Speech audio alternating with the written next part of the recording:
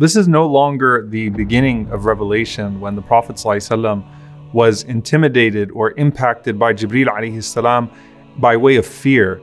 Now you're at a point where the Prophet ﷺ misses Jibreel alayhi salam. In fact, he asks Jibreel when he takes a long time to come to him, when he doesn't visit him as frequently, why is it that you don't come to me as often? وَمَا نَتَنَزَّلُ إِلَّا بِأَمْرِ رَبِّكَ. And the answer comes from the heavens that the angels are not allowed to descend. Jibreel alayhi salam is not allowed to descend except by the command of the Lord. Otherwise, Jibreel alayhi salam would always be with the Prophet sallallahu alaihi wasallam, because Jibreel loved the Prophet sallallahu alaihi wasallam and the Prophet sallallahu alaihi wasallam loved Jibreel alayhi salam.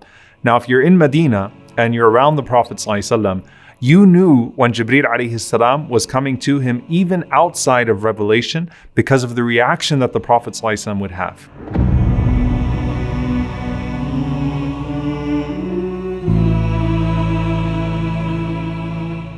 Here we are in the last 10 nights, and you're hoping that you're one of those blessed people that would receive the mercy of your Lord, and that the angels will come to your home, and particularly amongst them will be Sayyidul Malaika, will be the chief of the angels, Jibreel alayhi salam.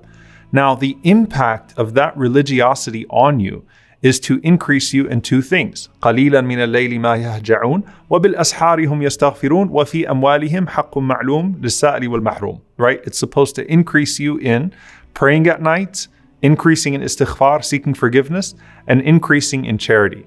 Now imagine the impact on the Prophet ﷺ when Jibreel alayhi salam was visiting him every single night in Ramadan. We already know what the qiyam of the Prophet ﷺ was like in the nights of Ramadan, that he would stay up all night alayhi salatu wasalam, especially in the last 10 nights.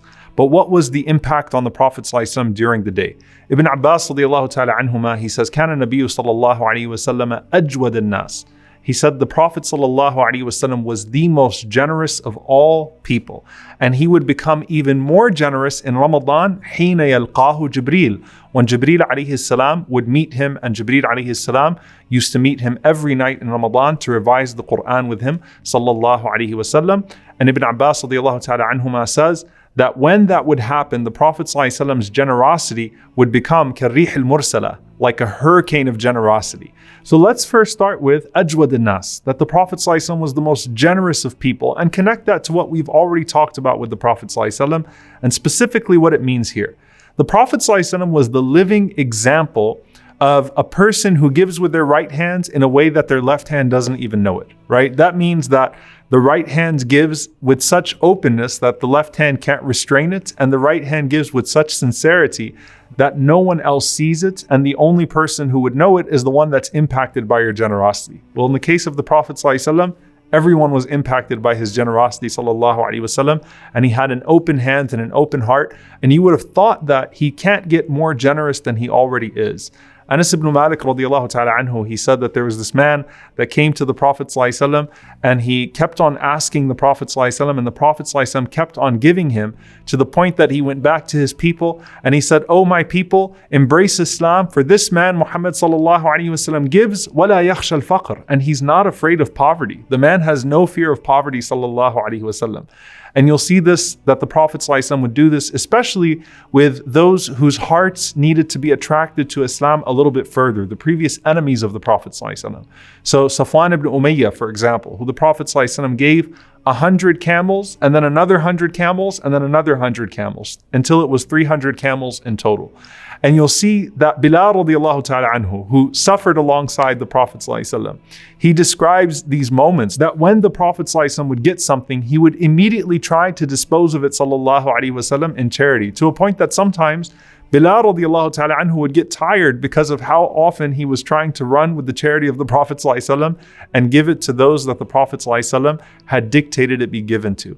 Abu Dharr radiallahu ta'ala anhu says that the Prophet ﷺ said, "If I had gold equal to the mountain of Uhud, it would not please me that any of it remain in my possession for more than 3 nights, except for that which I would need to be able to repay my debts." Sallallahu alaihi wasallam. So he preferred sallallahu alaihi wasallam to keep on giving and giving and giving and giving.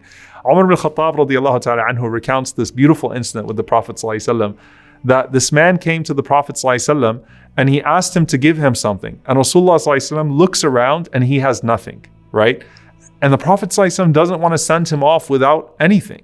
So the Prophet ﷺ tells him, he says, look, I have nothing left, but go ahead and purchase what you need on my expense. And when I get something, then I'll go ahead and I'll pay it off. So he's even giving people credit, sallallahu alaihi wasallam, because he doesn't have anything to give at the moment.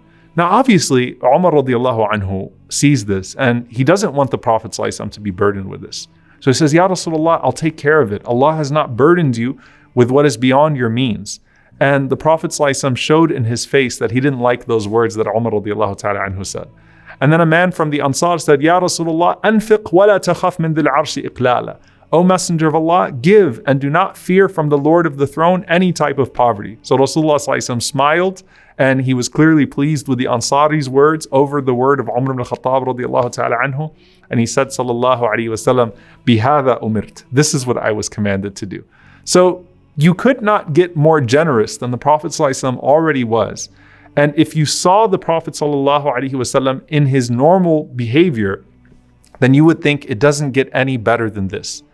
But حين يلقاه Jibreel. But when he saw Jibreel alayhi salam, the Prophet ﷺ even exceeded standards that he had set for himself sallallahu alaihi wasallam. And the scholars mention something so beautiful about this. They say that when you have a righteous friend, when you have a righteous person in your presence, when you look at them, they remind you of Allah. When you have a righteous companion, when you're around them, you want to do more righteous deeds. So when the Prophet ﷺ would look at Jibreel alayhi salam, when he would accompany Jibreel alayhi salam, it was like having that righteous companionship where you wanted to be inspired to do more. And that was the impact that the Prophet ﷺ had on everybody else around him. صلوا عليه صلوا عليه